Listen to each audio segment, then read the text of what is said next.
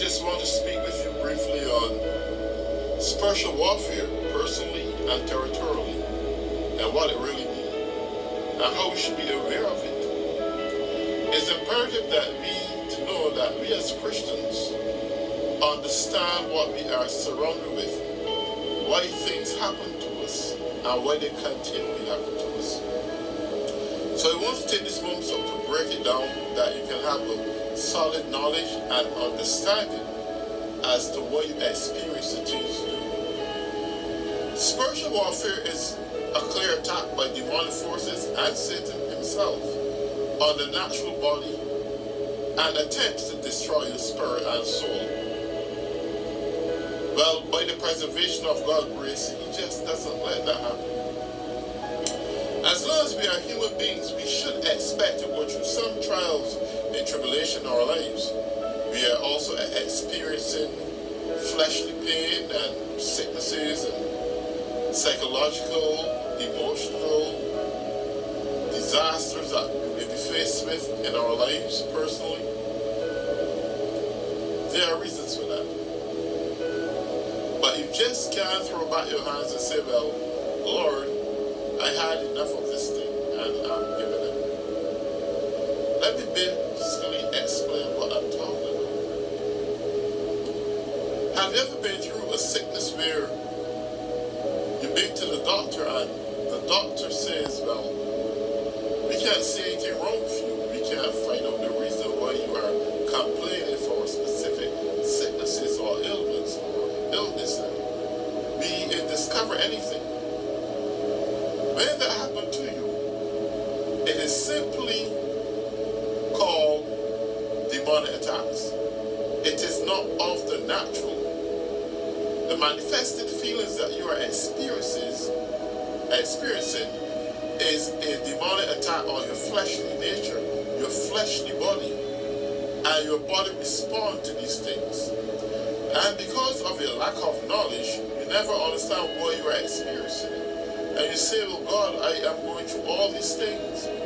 Why me, Lord? What have I done, Lord? That's not what you have done. You probably didn't do anything wrong.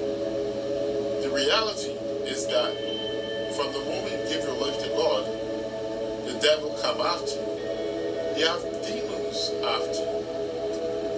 It doesn't matter whether you are here. It doesn't matter whether you are in some other country. It doesn't matter where you are. That demon will manifest itself in someone, even though you may not know that person, to do you harm or bring confusion into your life.